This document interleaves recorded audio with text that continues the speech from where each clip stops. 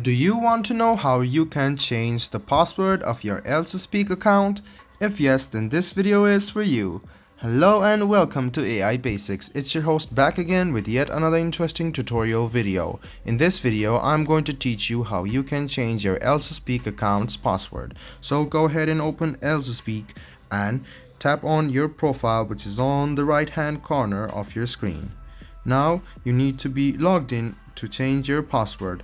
You can see that I am logged in, so if you are logged in, go ahead and press edit your profile. Scroll down and you can see new password and change password section. Click on edit password or change password. Go ahead and write down your current password.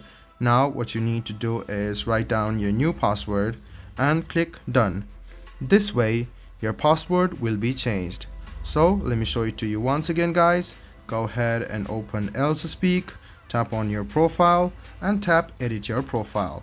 Now click on edit where there is change password.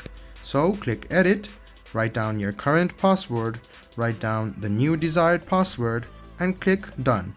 This way you can successfully change your Elsa Speak password.